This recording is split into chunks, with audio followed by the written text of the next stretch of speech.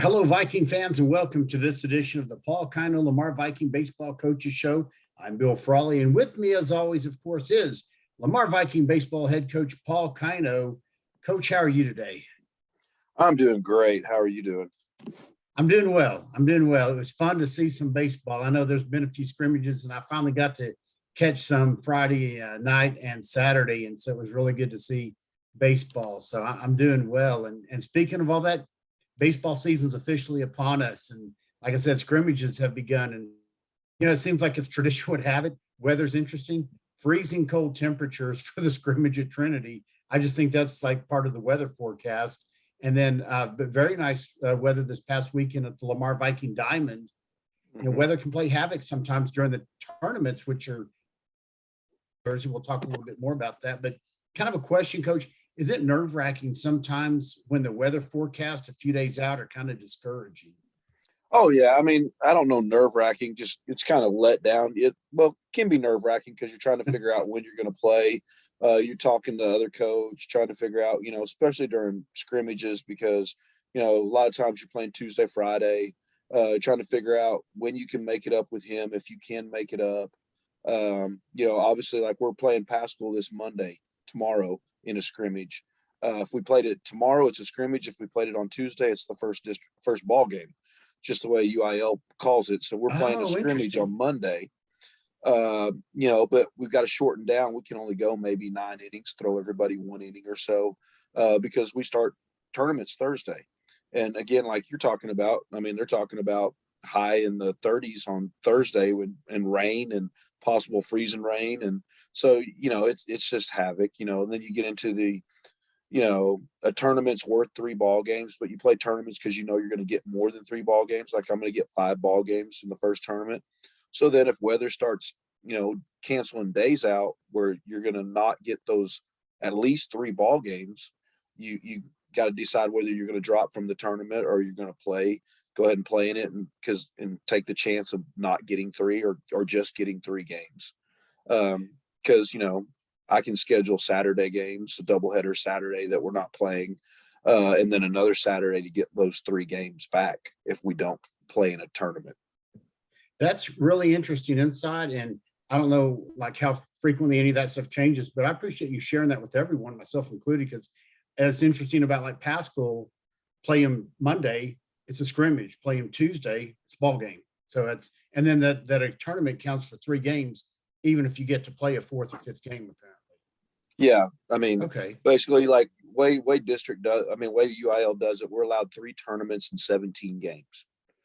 So Okay. basically Gotcha. if you have like right now we play 12 district ball games, and we're in the same district for the next 2 years. Before So, we've been in it where we've had 14 district ball games. So basically you're allowed okay. 3 tournaments and 17 ball games, 14 of them, like, which in the past 14 of them would have been district ball games. So you can pick up 3 games, and then each tournament is worth 3 games. So say you chose not to play any tournaments and just play, you would have 9 games. So you would have 26 ball games. 17 Wow. plus 9 is 26. Okay. That's why you play tournaments. You get more ball games. Interesting. Okay. Well, I knew there was like at least a draw, but with that requirement, that's very strategic and to schedule those and hope that they make and the weather doesn't foul them up or whatever. Okay. Well, speaking of scrimmages, I was able to see all 3 teams play this weekend. Let's say it looks like there's a lot of heart in these players. Now, I know once in a while, again, scrimmages, you and I've talked offline about a time for mistakes to get fixed up and fine tune some things, but it really looked like at all 3 levels of the teams, everyone's playing with a lot of heart. How are you seeing it? I mean, I think, I've spent a long day out there. I got to coach the freshman team in their first scrimmage because we are a coach short. And I think Mm-hmm. we'll talk about that later on in the program. Yes. So I got to coach the freshman team in their first scrimmage. Really excited about those group of young men. Got a really good, talented freshman team. I was out there for the freshman JV2 and JV1 scrimmages yesterday. Again, just very excited. I think we have a very talented group at those levels. Varsity wise, I think we have a very talented group. Obviously we're trying to clean things up. We got a few people not missing moving positions. Mason Gillum was an all district outfielder for us. He was sophomore of the year in the district. He's also an infielder, and kind of we're overloaded in outfielders right now. I mean, as far as, my job, the way I look at it is to get the best 9 players on the field to help us win ball games. And if 5 of the 9 are outfielders, I've got to find a way, to get all of them on the field at the same time. Well, Mason's an infielder, so also he plays infield. So we're looking at him. I think going in right now, Tucker and Parker are the number 1 and number 2 pitchers. They've done nothing to make me not feel that way.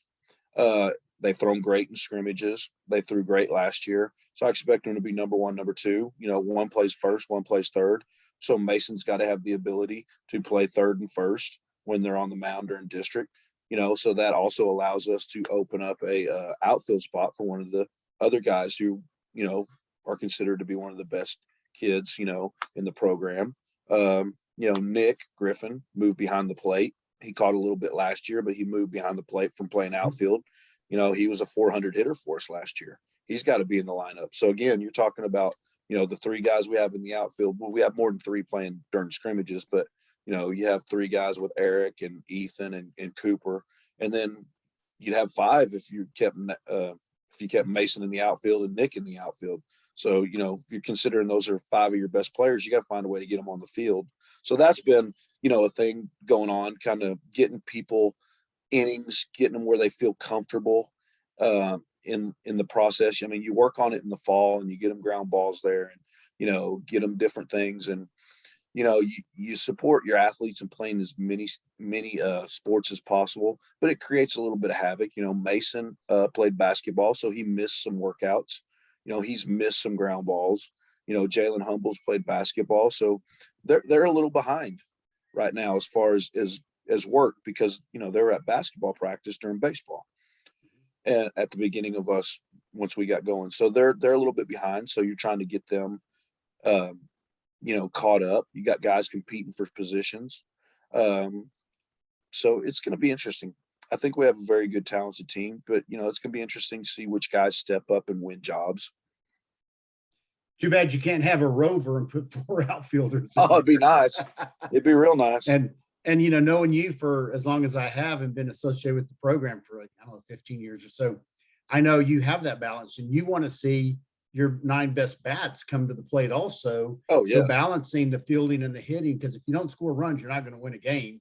Exactly. Obviously. And so it's kind of good to have that challenge of kind of loaded with talent to a certain degree, as opposed to, well, I need to scrounge up another player or 2 that I can hopefully have hit the ball or catch a ball or whatever. So, oh, exactly. I mean, I feel very fortunate, being at Lamar. I mean, this is my 18th year as the head baseball coach. That's one thing we've always had is I think, we've had a lot of talent go through Lamar. Maybe not necessarily had the big time Division I arms like a certain school across town has had, but I think we've had a bunch of good baseball players go through Lamar. And obviously, I mean, it's bragging, but I mean, been to the playoffs 11 out of 16 years, but that's because of the kids that I've had go through the program, because they're the ones that win the ball games. They go out there and they play their hearts out and they win those baseball games and put you in the playoffs. Well, I know you're humble, cover years if you want to. The players go out and win it, but you and your staff have done so much to get those guys ready to be able to. Well, thank you. I mean, we try our best. I think we run really good practices. I think I have a great coaching staff. I think I've had it in the past. I think I have it this year. And, we're going to put the kids I think we're going to put the kids in a really good spot to be successful. Definitely. And I know when I'll just kind of add on to a minute here, when you say be successful, definitely on the field, but coach, you set these guys up as much as possible for them to succeed in life beyond baseball. And I'll tell you, I have seen in both of my sons that went through the program traits, not even related to baseball, meeting up with people, having a meeting with someone, the way that, you encourage, hey, if there's an issue, come see me, and I've seen the way that they learn to come to you with a question, a concern, whatever. And I've seen them carry that over in college life. And one of them in kind of he's still in college, but a professional sense too. So thank you for all that you do. Well, thank you. I mean, that means the most to me. I mean, when I see kids come back and, your son sent me a text before his first college game, which meant so much to me. Yeah. Um, when I see kids, well, grown men come back and they have families and I get to speak with them and, they tell me, coach, what you said meant a lot or different things, whatever. That means the most to me. I mean, as a young head coach, you get caught up sometimes wanting to win, but as you get older, you realize that, the most important thing, yeah, you want to win, but the most important thing is you're helping kids grow up and to be men. And hopefully you have a positive impact and you help them become good men. Definitely so. Speaking of all this kind of stuff and transition a little bit, you may have already spoken to it enough, but what do you see as some of the strengths of the team and the three levels of teams this year? Some years it's like, well, you're going to have to manufacture runs. Some years is a pretty good offense. Some years it's strength and pitching. What do you see as some of the strengths coming up this season? Well, I feel really good. I mean, the varsity wise, we've pitched really well. I feel like we're 4 or 5 good pitchers deep. Obviously tournaments may not be enough arms. You're going to have to find some arms for tournaments. But going into district, I feel really good about our arms and how we've thrown so far. Tucker, Parker, um, Peyton Browning, Nick Rivera, Eric Oliveras. Then there's a few more, but they've thrown extremely well. I feel really good about that. I think defensively, like I said, because we've had some people moving around, we need to get comfortable. We haven't played poor defense. We just haven't played as good as I thought we would have. And I feel real good about where we're hitting right now. And defensively, I think we'll come along as far as we just need more reps. The more ground balls they get, you know, I've got 2 young men fighting for the shortstop job. One's a junior and one's a sophomore, and they're coming up off the JV. Both of them played JV last year, and it's just a different ball game. It's faster, Yes. balls are hit a little bit harder. So they just got to get comfortable and figure out. We're going to figure out which one's going to win the job, and the same goes along with quite a bit of our team. I mean, we are returning quite a few starters off a playoff team, so that I feel very, very positive. It'll come, it'll happen. We just need more work. We need to get them in the game, get in the games. Well, the bats sure do seem to be coming alive. I've seen the scores or the records or whatever of the scrimmages I was not at. I watched some batting, come alive the other night. So that definitely some offense. And like you mentioned, there's a lot of good defense. And again, you got guys competing for positions, which is really good. Mm-hmm. So a lot of No, it's strengths out there. positive. Everything's positive right now. So I'm very excited. Good deal. Well, let's shift gears a little bit. I think some, if not a lot of people know there's an umpire shortage this season. And Yes. so much so that the sub varsity games are going to be played as double headers on Monday nights with first game beginning 5:45. What kind of impacts, if any, will this have on the players and the teams overall? Well, I mean, Coach Culbertson and I, we wanted to play on Thursdays. We wanted to play just because to me it's hard for, if you play Mondays and then you have the kids practice all the way through the rest of the week, they don't have anything to look forward to. They play both games on Monday and then I got to practice Tuesday, Wednesday, Thursday, and Friday, but I don't get to play again until Monday. So I Interesting. felt like if we played Thursdays, we had something to look forward to. Plus, I mean, I think that you hope that the COVID stuff is kind of going wayside. You hope it is. But, if you play a doubleheader on Monday and say your starting shortstop comes down with COVID and a couple of your players come down with it and they test positive, you don't have anybody to pull from because both those guys have played Monday. All your sub varsities have played Monday, and per UIL, they can't play again until Friday at 2:45 Gotcha. Wow. or after Okay. 2:45 on Right. Friday. So, I mean, So, you're kind of hurting.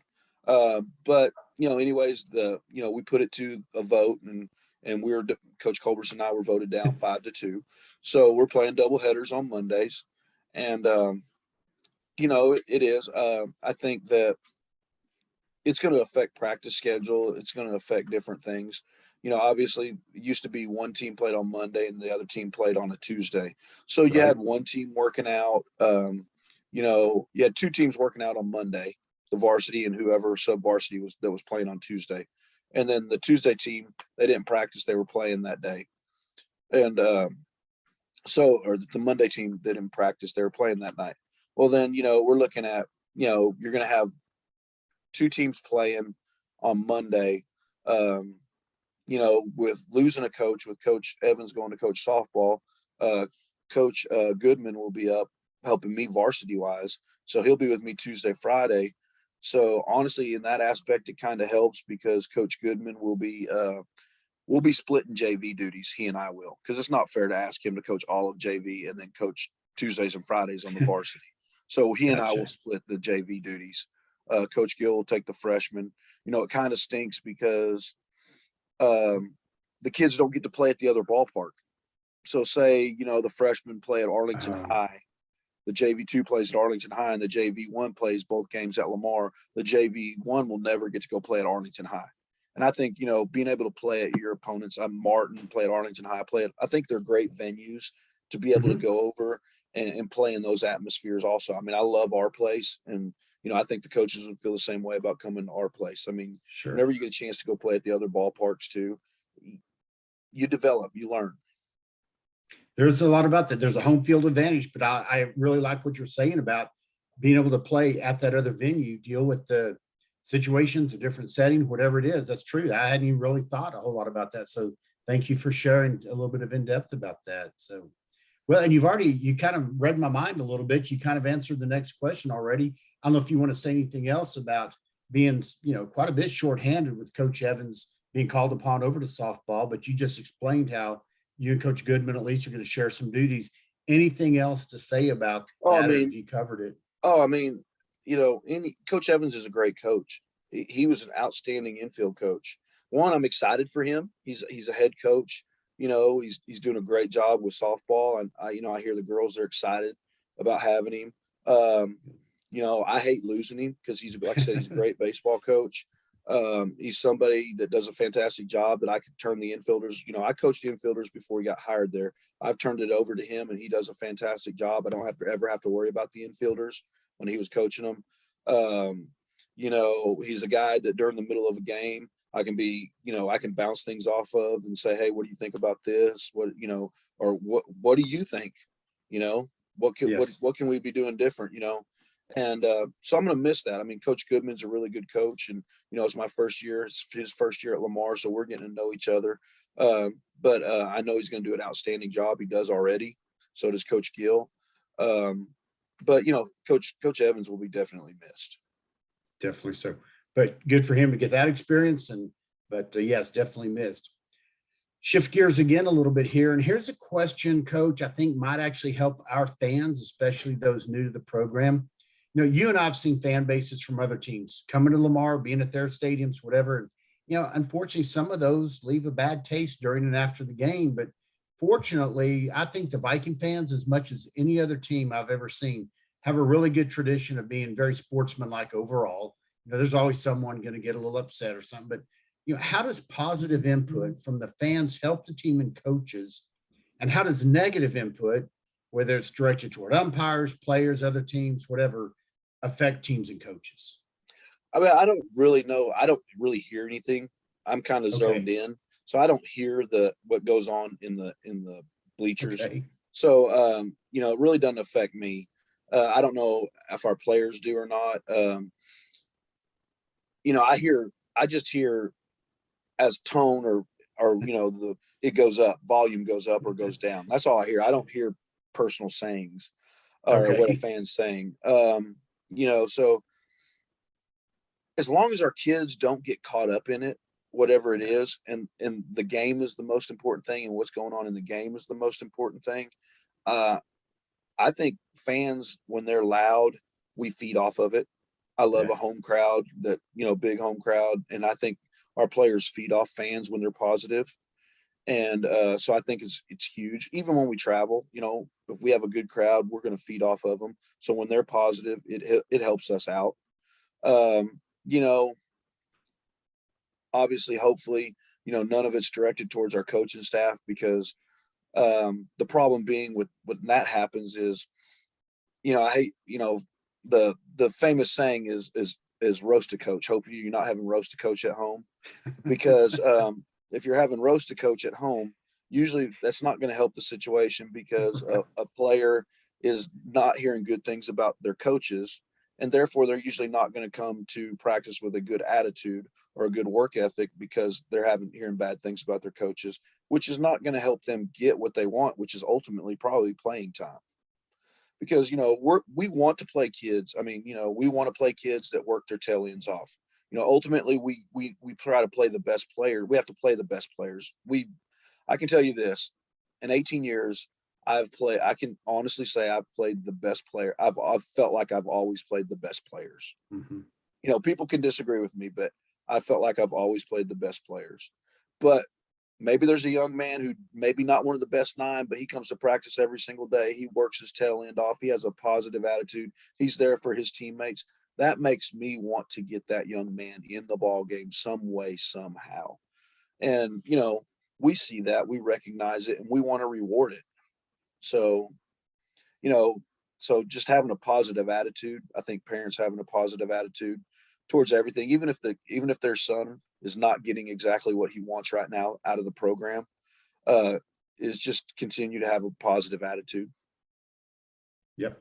Well, good. And I wasn't at first pitch dinner. Usually I am watching my son in his first college series, but I mean, I'm sure you said it then, and I hope it's all right if I give you the opportunity to remind Oh yeah. people the 24-hour rule. Oh yeah. As long as we're talking about coaching and interaction with coaches and stuff, 24-hour rule. Don't come to you for 24 hours after the game, right? And just Oh yeah, especially if exactly. I you're mean, upset or we what. Okay. we went back to actually having it. We had a parent meeting like we used to have a parent meeting that Thursday, and Good. then the first pitch banquet was Okay. Saturday because I don't like laying down laws. The first pitch banquet is not supposed to be for that. It's supposed to be joyous occasion. It's not about Good. laying down laws and all that. But yeah, I mean, obviously, depending on how the game goes, if we don't play well, even if we win, but we don't play well, I'm probably not going to be in a good mood.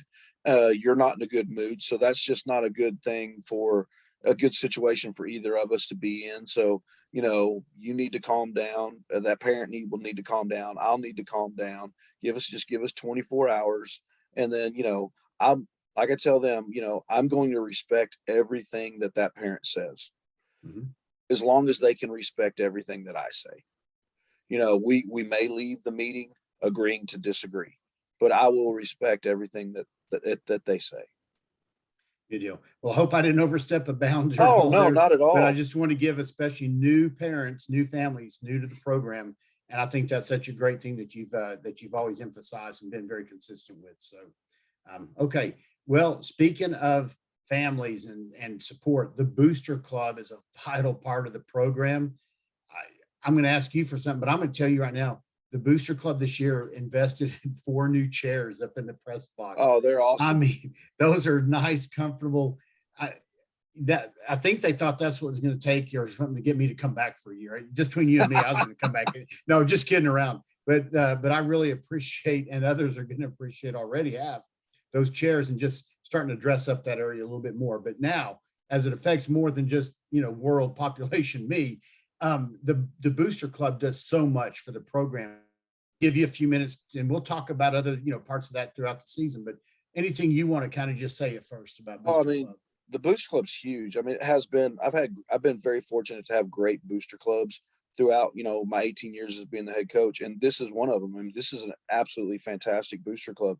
They're popping out ideas and wanting to do things to help raise money, to get the community involved. We want to be out there. We want people to be excited to come to Lamar High School. We want their kids to be excited to come to Lamar High School. Hopefully, they play baseball, but even if they don't play baseball, be excited about, playing tennis or golf or football or basketball, or playing in the band or whatever, but just being excited about being a Viking. Yes. Like I said, I've been very fortunate to be at Lamar for 21 years and 18 as the head coach. And to me, it's the greatest high school in the state of Texas, greatest high school in the nation. I love it. I mean, it is an incredible place, and it's incredible because of our administration. It's incredible because of the teachers, the faculty, and it's incredible because of our students and their parents. And we just want kids to be coming in excited and ready to be Lamar Vikings. It's a very special place, and the Booster Club has helped continue, one, to make our baseball program special for the kids, and two, come up with ideas about getting our community, getting kids excited about coming to Lamar High School. Excellent. Well, Coach, anything else you want to add before we close out this week? I don't know if you want to give some specifics about where the different teams are playing in tournaments, for instance. Well, we play in Louisville. The varsity plays in Louisville. The JV will be hosting at Lamar, and the freshmen will be playing over, I believe, at Martin. Okay. In their Martin tournament. Good. So a lot of good baseball coming up. Very excited about it.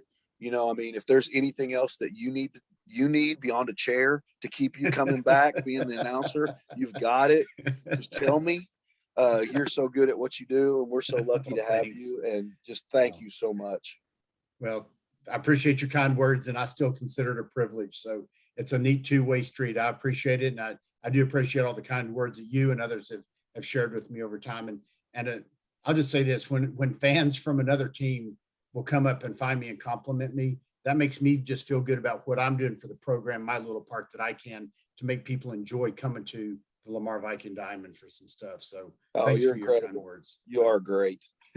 It's fun. It's fun. So I enjoy it as much as some of my other two real jobs actually that pay stuff. So I love this. So it's fun. It's my hobby. I think you can make a lot of money doing it. Well, I'll hire you as my agent to find me that. You don't want to do that. You don't want to do that. Well, we'll see what happens, but I appreciate that. Anything else, Coach, you want to add before we close off this week? No, just excited to get it going. I mean, we scrimmage Pascal. We're making up that first scrimmage on tomorrow at 10 a.m. Excited to get that one under our belt. And is that home or at Pascal? It's at home. Okay, cool. We're playing at Lamar, and just excited to get going, get the season going. I'm trying to sneak out of my office and come over there. Hey, come on. I'll do it. All right. Well, until next time, I'm Bill Frawley with head Viking baseball coach Paul Kino saying VFND.